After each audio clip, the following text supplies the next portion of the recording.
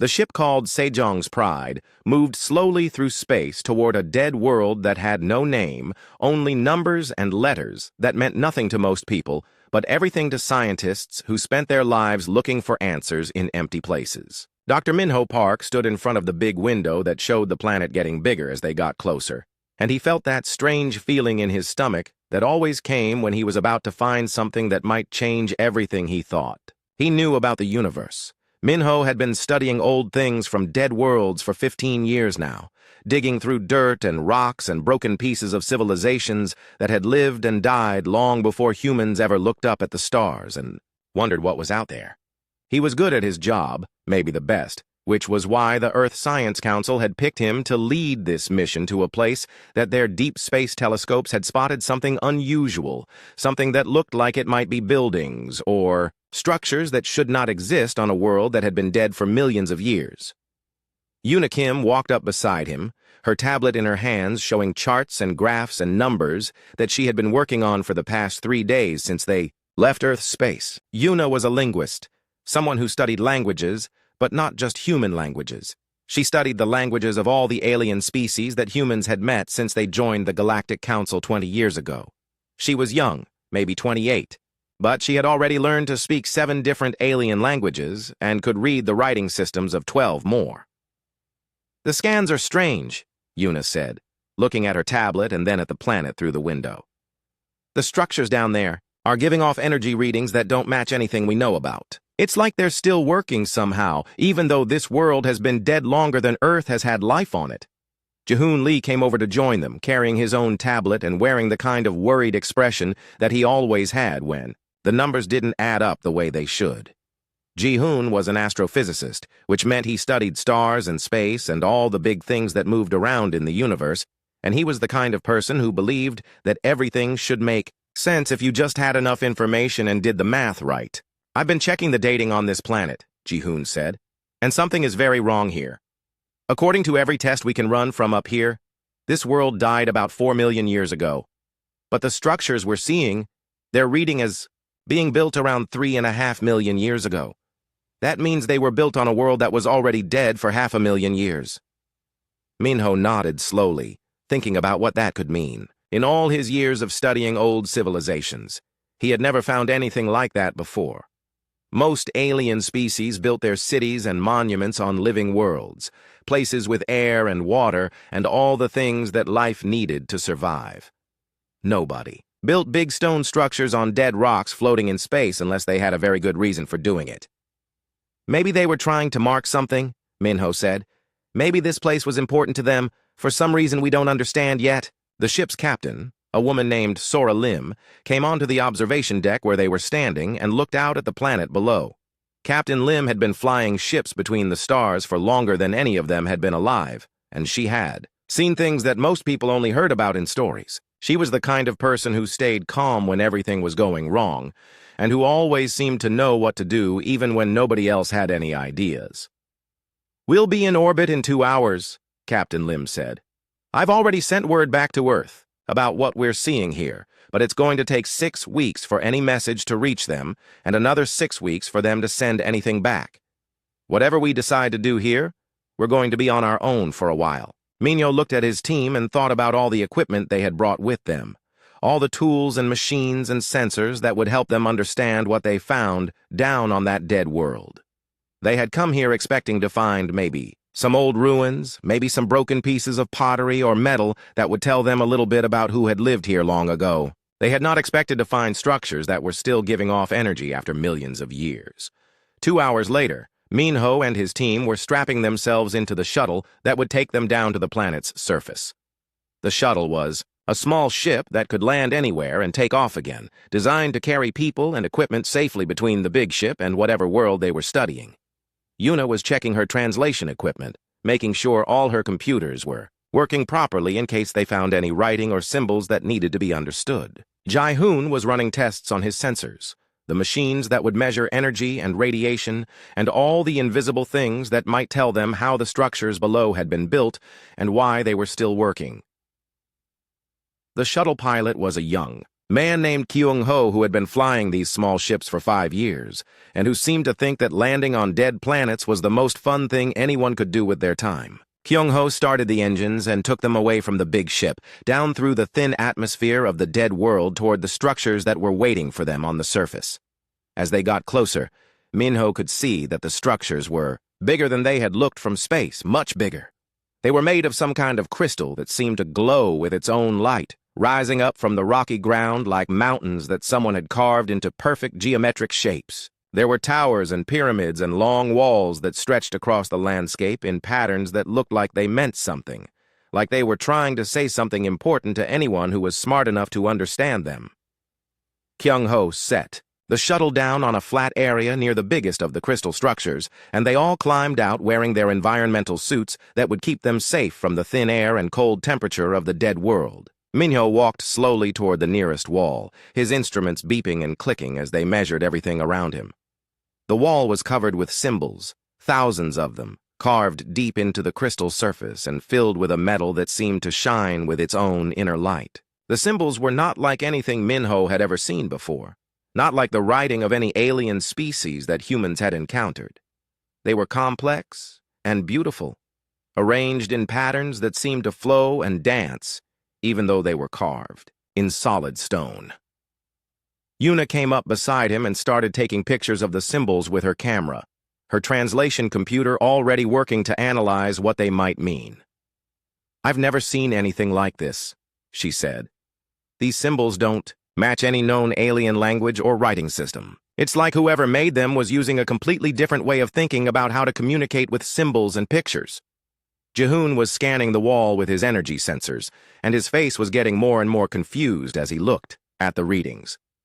"This is impossible," he said. "The energy coming from these symbols is responding to our presence. When we get close, they get brighter. When we move away, they get dimmer. It's like they know we're here." Minho reached out to touch one of the symbols, and the moment his gloved hand made contact with the crystal surface, something very strange happened. All of his instruments started beeping at once, and the symbols around them began to glow much brighter, pulsing with light that seemed to match the rhythm of his heartbeat. But the strangest thing of all was what happened to the scanner that was built into his environmental suit, the one that constantly monitored his health and vital signs. The display screen started showing readings that made no sense, readings that seemed to suggest that his DNA was somehow resonating with the energy coming from the crystal wall. Yuna and Jihoon were staring at their own instruments, seeing the same impossible readings, watching as the ancient symbols responded to their presence in ways that no dead stone carving should be able to do. They had come to this dead world expecting to find ruins, but what they had found instead was something that seemed to be very much alive, something that recognized them in a way that none of them understood. As they stood there in the light of the glowing symbols, Minho realized that they had discovered something that was going to change everything humans thought they knew about their place in the galaxy. They just didn't know yet how much everything was about to change. Captain Seung-Yun Choi had been flying military ships for 22 years, and in all that time he had never been asked to lead a mission that officially did not exist. The orders had come from the highest levels of Earth's government, sealed and encrypted and marked with security codes that meant only a handful of people in the entire human space were allowed to know what he was doing or where he was going. 3 months had passed since Dr. Minho Park and his team had sent their report about the crystal structures they found on the dead world, and 3 months was exactly how long it had taken for the Galactic Council to make it very clear that humans were not welcome to investigate their discovery any further. The Council had sent a formal message to Earth's government, explaining that the ruins were probably contaminated by human equipment and that any further research would be a waste of time and resources that could be better spent on more important things. But Earth's government had not become the unified world power it was by giving up when other people told them to stop asking questions. Instead, they had quietly put together a special research mission using military ships and personnel, who could go places without asking permission from anyone. Captain Choi was in command of that mission, and he was carrying some of the best scientists that Earth had to offer to places where they were definitely not supposed to be. Dr. Jiwon Seo was sitting in the navigation chair going over the list. of coordinates they had collected over the past 6 weeks, 12 different star systems where their deep space telescopes had spotted structures that looked similar to what Dr. Park had found. Jiwan was a xenoarchaeologist like Dr. Park, but she specialized in finding patterns in how ancient civilizations built their cities and monuments. She was good at looking at ruins from different places and figuring out if they had been built by the same people or by different groups who had learned from each other. "The mathematical relationships are perfect," Jiwan said, showing Captain Choi the charts she had been working on. "Every single site we've visited so far has structures that are positioned according to the same geometric principles. Whoever built these things, they were using the same architectural plans across thousands of light years of space." Dr. Do-hyun Kang was in the sensor station running deep scans on their current target. A group of crystal pyramids on a moon that orbited a gas giant in a system that had been dead for so long that its star had burned out and gone dark. Do-hyun was a specialist in energy systems and ancient technology, the kind of person who could look at a broken machine that had been built by aliens a million years ago and figure out how it was supposed to work. "The energy signatures are identical," Do-hyun said. "Every site has the same type of power source, the same frequency resonance, even the same harmonic patterns in how the energy flows through the crystal matrices. This isn't just similar technology. This is exactly the same technology built by the same people." Captain Choi looked out at the dark moon where they were preparing to land and thought about what his scientists were telling him. In 6 weeks, they had visited 12 different star systems, and in every single one they had found crystal structures that were obviously built by the same civilization. But according to everything humans knew about galactic history, no single civilization had ever controlled territory across such vast distances. The galaxy was too big, space travel took too much time and energy, and every alien species that humans had met had built their empires in relatively small areas of space. The shuttle bay doors opened and Captain Choi led his team down to the surface of the dark moon, their environmental suits providing light and warmth in the cold vacuum of space. The crystal structures here were different from the others they had visited, built into the side of a mountain and extending deep underground in a pattern that looked like roots spreading out from a giant tree. Jiwan immediately started taking measurements and photographs, her excitement growing as she realized that this site was much larger than any of the others they had found. "This isn't just a monument or a marker," she said. "This is some kind of facility, maybe a laboratory or a communication center. The underground passages extend for kilometers in every direction." Do-hyun was scanning the crystal formations with his energy sensors, and his readings were showing something that made him call Captain Choi over to look at his equipment. "The power levels here are much higher than the other sites," Do-hyun said. "Whatever this place was designed to do, it required enormous amounts of energy, and according to my instruments, it's still drawing power from somewhere." They spent 4 hours exploring the underground passages, following tunnels that had been carved from solid rock and lined with the same glowing crystal material they had found at every other site. The walls were covered with the same symbols, thousands upon thousands of them arranged in complex patterns that seemed to tell a story about something very important. But it was when they reached the deepest chamber, a vast room with a crystal formation in the center that rose from floor to ceiling like a frozen waterfall, that they made the discovery that changed everything. Jiwan was taking detailed photographs of the symbols carved around the base of the central crystal when her translation computer started making sounds that it had never made before. "This is impossible," Jiwan said, staring at her computer screen.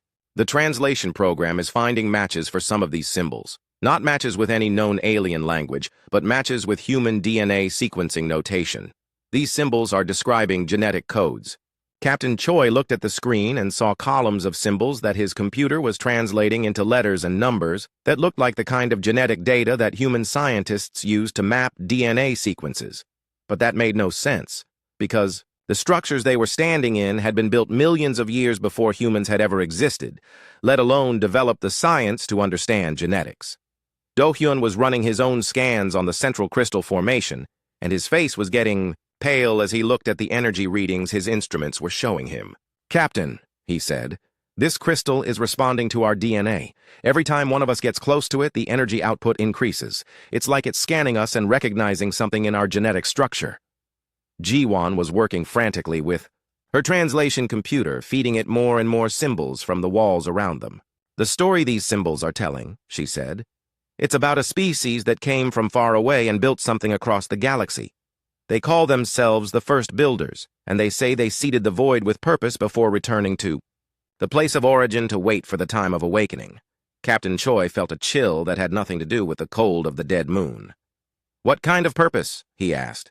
"The symbols aren't clear about that," Ji-won said, "but they mentioned something about children who would grow and learn and eventually come home to claim their inheritance.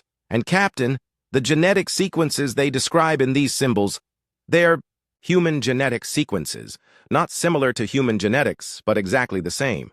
Do-hyun was backing away from the central crystal, his energy sensors showing readings that were climbing higher and higher. "Whatever this thing is, it's powering up," he said. "The energy levels are approaching dangerous levels." But before Captain Choi could order his team to evacuate, something happened that none of them had expected. The central crystal began to project images into the air above it. Holographic pictures that showed star maps and planetary systems and what looked like construction projects on dozens of different worlds. The images were moving, showing the progression of building over time, and Captain Choi realized he was looking at a historical record of how the crystal structures had been built across the galaxy. The final image that appeared was a star map, showing a small yellow star with a blue-green planet orbiting around it, and Captain Choi recognized it immediately as Earth's solar system. But according to the data displayed with the image, this map had been created over 3 million years ago, long before Earth had developed complex life, let alone intelligent life that could build spaceships and travel to other star systems. "We need to leave," Captain Choi said, "and we need to get this information back to Earth immediately." As they made their way back through the underground passages toward their shuttle, Ji-won was working with her computer to copy as much of the symbol data as possible. "Captain," she said, "I think we've stumbled onto something that's going to turn everything we know about human history upside down. These structures weren't built by some unknown alien civilization. They were built by humans, or by whatever humans were before they became humans."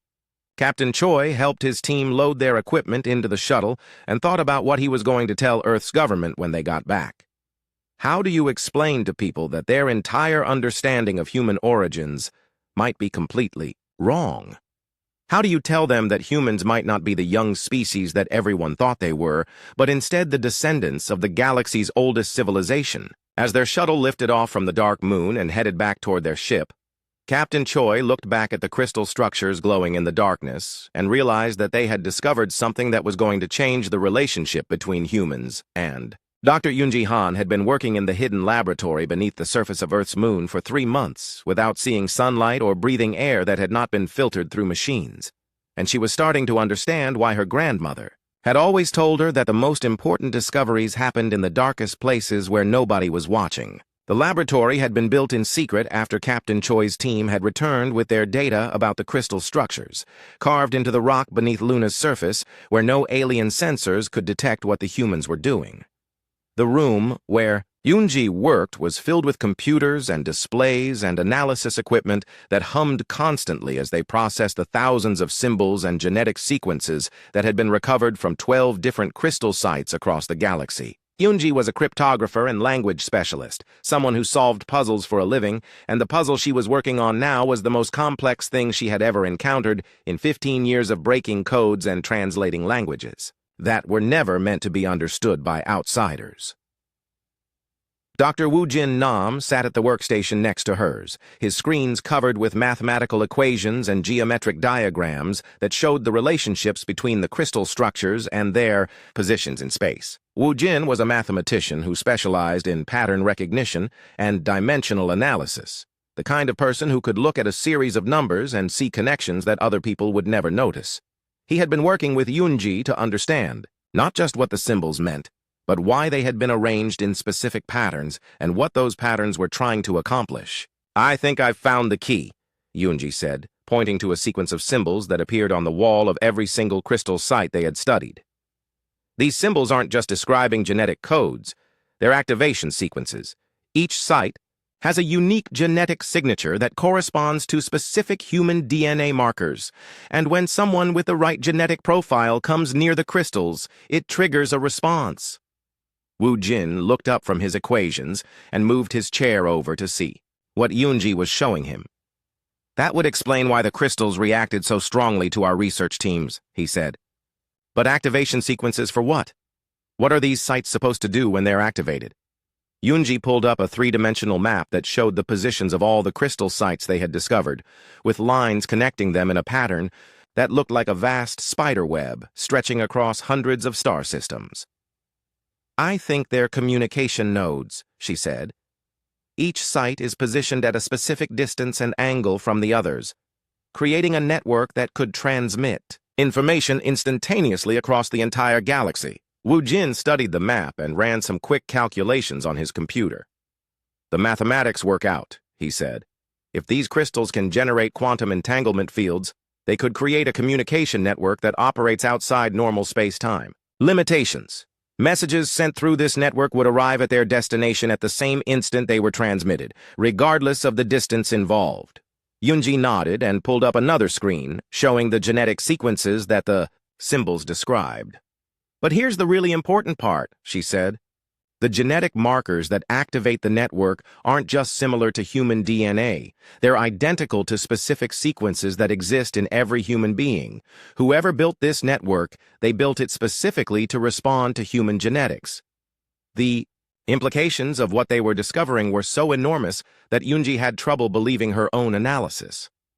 According to everything they had learned, the crystal network had been built over 3 million years ago by a civilization that had somehow known exactly what human DNA would look like millions of years before humans had evolved on Earth. Either the builders had been able to predict the future with impossible accuracy, or humans were not what they appeared to be. Wu Jin was working on a different aspect of the problem, analyzing the energy patterns that the crystals generated when they were activated. I've been studying the power signatures from the sites that Captain Choi's team visited, he said, and I think I know how to fully activate the network. The crystals aren't just responding to human presence, they're waiting for a specific activation signal that has to be transmitted from multiple sites simultaneously. Yunji looked at the activation sequences she had been decoding and realized that Wu Jin was right. The symbols describe a startup protocol, she said. If we can send the right signals to enough sites at the same time, we can bring the entire network online. But the question is, should we? We don't know what will happen when a communication system that's been dormant for millions of years suddenly starts working again. Before Wu Jin could answer, the laboratory's communication system activated and Director Kim's voice came through the speakers. Director Kim was the person in charge of the secret research project, a former military intelligence officer who had been chosen to oversee the investigation into the crystal sites because she was one of the few people in Earth's government who understood both the scientific and political implications of what they had discovered. Dr. Han, Dr. Nam, please report to the command center immediately, Director Kim said. We've received some information that changes everything about our situation. Yunji and Wu Jin made their way through the corridors of the underground facility to the command center, where Director Kim was standing in front of a large display screen showing news reports from across human space. The reports were all about the same thing. Galactic Council fleets had been spotted moving toward the borders of human territory, and 3 alien species had formally requested that the Council take action to prevent humans from continuing their unauthorized research into ancient artifacts. The Vorthak Empire has filed a formal complaint claiming that human research into the crystal sites represents a threat to galactic security, Director Kim said. The Ethereal Collective has accused us of disturbing sacred sites that belong to the galaxy's elder races, and the Crystalline Federation is demanding that we turn over all our research data to Council authorities for proper analysis. Yunji felt her stomach drop as she realized what this meant. They're scared, she said. They know something about these sites that they're not telling us, and they're afraid of what we might learn if we keep studying them. Director Kim nodded. Intelligence reports suggest that all 3 species have been secretly studying the crystal sites for centuries, but they've never been able to activate them because they don't have the right genetic markers. Now that humans have appeared and the sites are responding to us, they're panicking. Wu Jin looked at the star charts showing the positions of alien fleets moving toward human space. How much time do we have before they reach Earth? He asked. 6 weeks at most, Director Kim said, which means we have 6 weeks to figure out what these crystal sites really are and decide what we're going to do about them. If we're going to activate the network, we need to do it now, before the Council can stop us. Yunji thought about the activation sequences she had been studying and the genetic markers that were required to bring the network online. We'll need to send teams to at least 8 different sites simultaneously, she said. The activation protocol requires multiple input points to establish a stable connection across the network. Director Kim was quiet for a moment, thinking about the risks and benefits of what they were considering. If we activate this network, she said, we're essentially declaring to the entire galaxy that humans are not going to be intimidated or controlled by the elder races. There's no going back from that decision. Wu Jin pulled up his calculations, showing the power requirements for network activation. There's something else we need to consider, he said. The energy levels required to bring this network online are enormous. When we activate it, every species in the galaxy is going to know that something major has happened. We won't be able to keep this secret anymore. Yunji looked at the genetic sequences on her screen and thought about what they really meant. Maybe keeping it secret was never the right approach, she said. These sites were built by our ancestors, whoever they were. The network belongs to humanity, not to the alien species who have been hiding its existence from us for centuries. Director Kim made her decision. Begin preparations for network activation, she said. Contact our research teams and have them ready to deploy to the target sites within 48 hours. If the Galactic Council wants to threaten us over our own heritage, then it's time they learned exactly who they're dealing with. As Yunji and Wu Jin returned to their laboratory to begin preparing the activation sequences, Yunji couldn't help but think about how much their understanding of humanity's place in the galaxy had changed in just a few months. 3 months ago, humans had been a young species, grateful to be accepted as junior members of galactic civilization. Now they were about to activate a communication network that had been built by their own ancestors millions of years before any of the so-called elder races had even developed space travel. The activation of the network would send a signal across the galaxy announcing that humanity was not the primitive newcomer that everyone thought they were. Admiral Hyesung Jang stood on the bridge of the battleship Incheon, watching 3 alien fleets approach the outer edge of human space. And she knew that everything her species had worked for over the past 20 years was about to be tested in ways that nobody had ever imagined. The Vorthak Empire had sent 200 warships. The Ethereal Collective had dispatched their entire battle fleet of crystalline vessels that moved through space like living creatures. And the Aquatic Federation had contributed a force of bioships that looked more like giant sea creatures than military vessels. The alien fleets had not attempted to communicate with human forces, had not demanded surrender or negotiation, and had not offered any explanation for their presence in human territory. They had simply appeared at the edges of 3 different star systems and begun moving toward the colonies where humans had built their homes and research facilities over the past 2 decades. The message was clear without any words being spoken. Humanity would stop their research into the crystal sites, or humanity would be forced to stop. Admiral Jang had been preparing for this moment ever since Director Kim had sent word that the network activation was proceeding as planned. 8 human research teams had been deployed to 8 different crystal sites across the galaxy, and in 6 hours they would attempt to bring the ancient communication network online for the first time in millions of years. The alien fleets had arrived just in time to try to prevent that from happening, but Admiral Jang had spent 30 years in the Space Navy, and she was not going to let anyone stop humanity from learning the truth about their own history. Commander Taehoon Oh was at the engineering station coordinating with the research teams who were preparing to activate the crystal network. Taehoon was a specialist in exotic energy systems and quantum mechanics, and he had been working with Dr. Han's team to ensure that the activation sequence would work properly across multiple sites simultaneously. His job was to monitor the energy signatures from the crystal sites and make sure that the activation signal was transmitted at exactly the right frequency and timing. All research teams report ready for activation, Taehoon said. The crystal sites are responding to human presence at all 8 locations, and the energy levels are building toward the threshold required for network synchronization. Lieutenant Nari Yu was at the navigation station tracking the movements of the alien fleets and calculating their probable attack vectors. Nari had been flying combat missions for 8 years, and she had developed an intuitive understanding of how different alien species approached space warfare. The Vorthak favored direct frontal assaults with overwhelming firepower, The ethereals used complex maneuvers designed to confuse and disorient their enemies, and the aquatics preferred to surround their targets and attack from multiple directions. Simultaneously, the alien fleets will reach firing range in 4 hours, Nari said. They're not making any attempt to coordinate their attacks, which suggests they're more interested in preventing the network activation than in actually destroying our colonies. If we can hold them off for 2 hours after they arrive, the research teams should be able to complete the activation sequence. Admiral Jang looked at the tactical displays showing the positions of human and alien forces throughout the contested star systems. Humanity had never fought a war against multiple alien species simultaneously, and their military had been designed primarily for defense rather than large-scale offensive operations.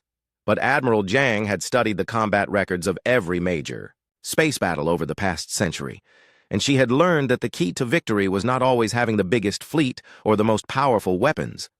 Sometimes it was about understanding what your enemy was really afraid of. The aliens aren't here to conquer human territory, Admiral Jang said. They're here because they're terrified of what will happen when we activate the network. That fear is going to be their weakness, because fear makes people do stupid things even when they have superior numbers and firepower.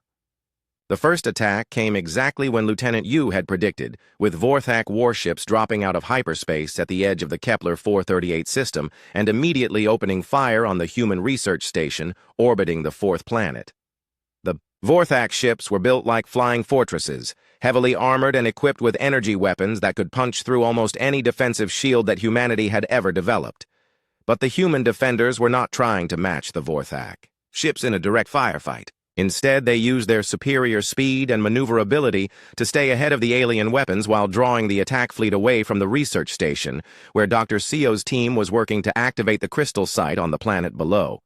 Admiral Jang watched the battle unfold on her tactical screens and saw that her strategy was working. The Vorthak commanders were so focused on destroying human ships that they were ignoring the real objective of protecting the crystal site. By the time they realized their mistake, the activation sequence would already be underway. Activation. In 30 minutes, Commander O reported. All 8 sites are synchronizing properly, and the energy levels are approaching the threshold for network initialization. The Ethereal Collective attacked the New Harmony system using a completely different approach, with their crystalline ships appearing suddenly throughout the system as if they had materialized out of empty space. The ethereal vessels moved in patterns that seemed to defy the laws of physics, changing direction instantly and accelerating to impossible speeds without any visible propulsion systems. But Lieutenant Yu had anticipated this tactic and had positioned human forces in a defensive formation that could respond quickly to attacks from any direction. The human ships used swarm tactics, working together in small groups to overwhelm individual ethereal vessels while avoiding the coordinated attacks that the aliens were trying to execute. The ethereals are having trouble adapting to our unpredictable movement patterns, Nari reported. Their battle doctrine assumes that enemy forces will follow logical tactical principles, but we're deliberately using chaotic maneuvers that their computers can't predict. The third attack came in the Ross 128 system, where the Aquatic Federation sent their bioships against the human colony on the second planet. The alien vessels looked like enormous sea creatures swimming through space, with flexible hulls that could change shape and organic weapons that fired projectiles made of living tissue. But the human defenders in Ross 128 had a secret weapon that the aliens had not expected. Commander Park's research team had been studying the crystal site on the planet's surface for 2 weeks, and they had discovered that prolonged exposure to the crystal energy was having strange effects on human biology. Some members of the research team were beginning to demonstrate abilities that seemed impossible: enhanced reflexes, improved cognitive function, and most surprisingly, a form of intuitive awareness that allowed them to predict what their opponents were going to do before they did it. Commander Park himself had volunteered to pilot one of the defense fighters, and as he engaged the aquatic bioships in combat, he found that he could somehow sense the intentions of the alien vessels before they moved. He could feel their attack patterns forming in his mind like shapes in a 3-dimensional puzzle, and he could position his ship to avoid their weapons with an accuracy that his instruments said should be impossible. "Something is happening to our people who have been exposed to the crystal energy," Commander Park reported to Admiral Jang. "We're developing abilities that we never had before, abilities that seem to be built into human genetics but were dormant until the crystals activated them." Admiral Jang felt a chill of recognition as she heard Commander Park's report because she had been experiencing strange sensations herself ever since the network activation had begun. She could sense the emotional states of her crew members without looking at them, could feel the tactical situation developing around her like a pattern that existed in more than 3 dimensions. And most disturbing of all, she could hear something calling to her from deep space, something vast and ancient that was beginning to wake up after sleeping for millions of years. "Network activation in 5 minutes, Commander O announced, and Admiral Jang could hear the excitement in his voice. All sites are synchronized and ready for final initialization. As the countdown reached 0, something happened that none of them had expected. The crystal sites across the galaxy didn't just come online, they exploded with energy that could be detected by sensors throughout known space.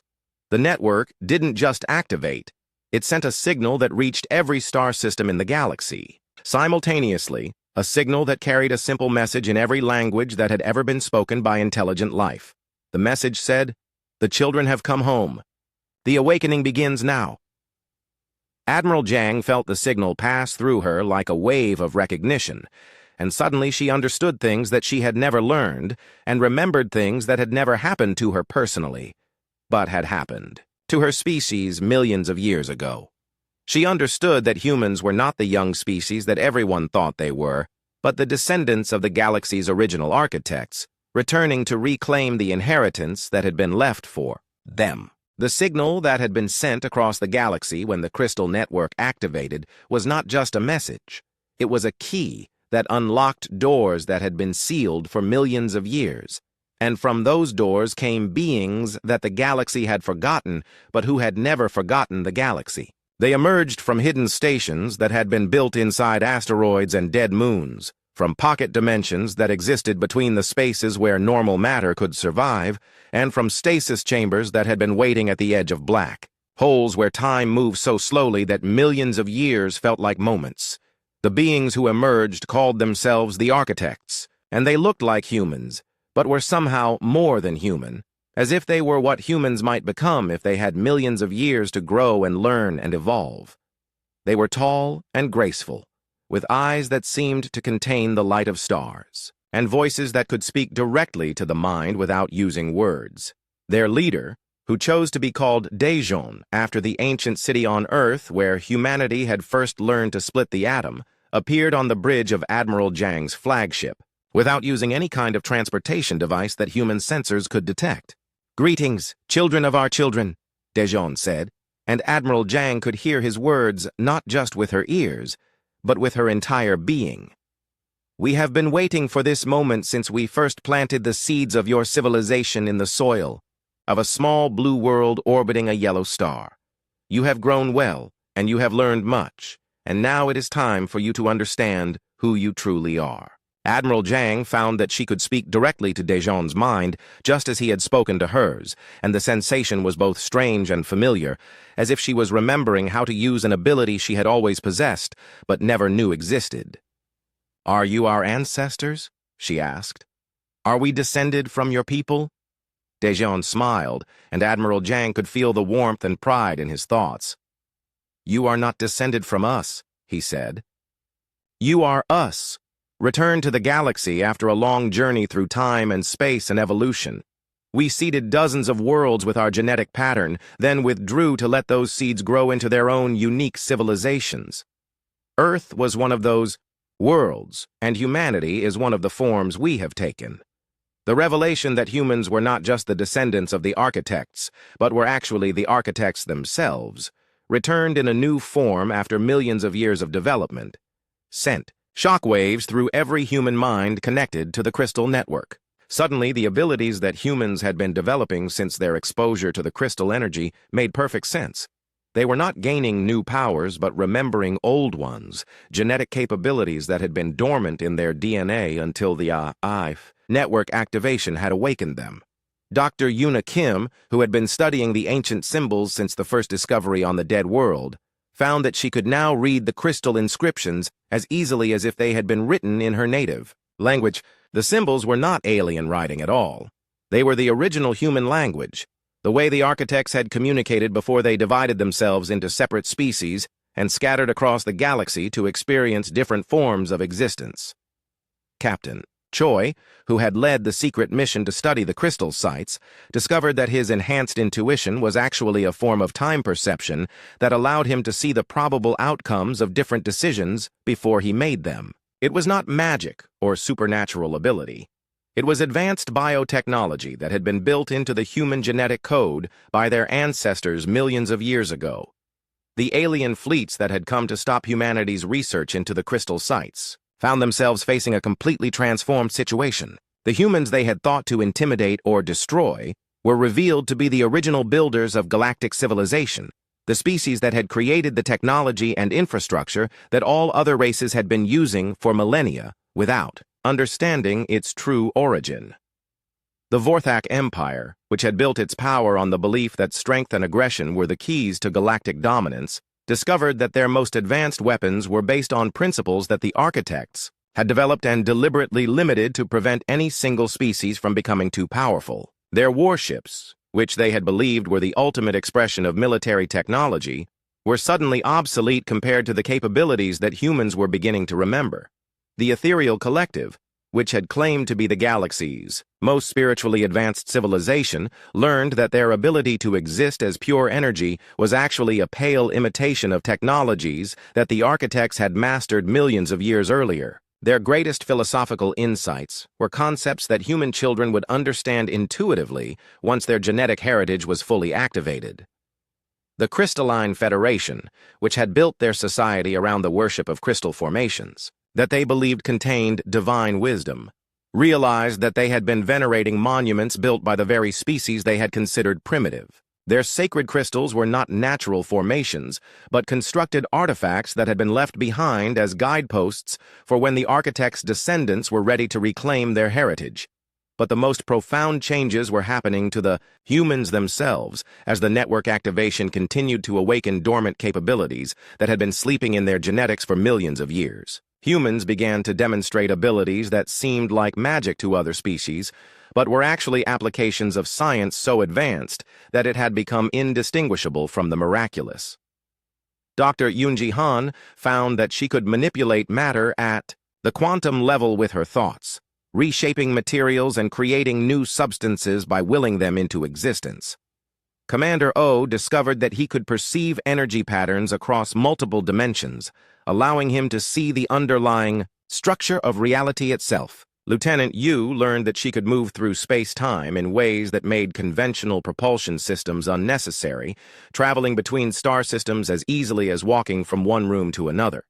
The awakening was not just individual, but collective, as the crystal network linked human minds across the galaxy into a shared consciousness that allowed them to pool their knowledge and abilities. Humanity was becoming something greater than the sum of its parts, evolving from a species of individuals into a unified entity that could think and act on a galactic scale. Daejeon watched this transformation with satisfaction, seeing his ancient people taking their next step in an evolutionary journey that had been planned millions of years ago. "The galaxy has been waiting for this moment," he told Admiral Jang. "The other species have grown as far as they can without guidance. They have reached the limits of what they can achieve on their own, and now they need teachers to help them continue growing." Admiral Jang understood what Daejeon was asking of humanity. "You want us to become the leaders of galactic civilization," she said. "You want us to guide the other species the way you once guided us." "Not leaders," Daejeon corrected. "Gardeners. The galaxy is a garden that we planted long ago, and now it is time for the gardeners to return and help the plants that have grown there reach their full potential. Some species, like the Vorthak, have grown strong but harsh, and they need to learn gentleness. Others, like the ethereals, have grown wise but isolated, and they need to learn connection. Your job will be to help each species become the best version of itself." The war that had begun with alien fleets attacking human space ended not with victory or defeat, but with transformation. The Vorthak Empire, faced with the reality that their military might was obsolete, chose to surrender and ask for guidance in rebuilding their civilization along more peaceful lines. The ethereal collective, humbled by the discovery that their spiritual achievements were far exceeded by human potential, requested to become students of the returning architects. The Crystalline Federation, understanding that their sacred sites had been built by humans, offered to serve as caretakers and guardians of the crystal network. Not all species accepted the new reality peacefully. The savage hegemony, a collection of warlike races that had built their identity around conquest and domination, declared that they would never bow to human authority and launched a massive assault on Earth itself, determined to destroy the homeworld of the architects before humanity could fully awaken to its potential. The battle was brief and decisive. The human defenders, now able to access abilities that had been dormant for millions of years, turned the hegemony's own weapons against them and demonstrated powers that made conventional warfare meaningless. Ships were disabled without being damaged, weapons refused to fire when pointed at human targets, and the attacking fleets found themselves transported safely back to their home systems with no memory of how they had gotten there. The message was clear without any words being spoken. The returning architects would defend themselves when necessary, but they preferred to solve problems through understanding rather than violence. The galaxy had grown beyond the need for the kind of crude conflict that had characterized its earlier ages, and it was time for all species to learn better ways of resolving their differences. Dr. Yuna Kim, who had been appointed as the first human representative to the reformed Galactic Council, stood before an assembly that included delegates from every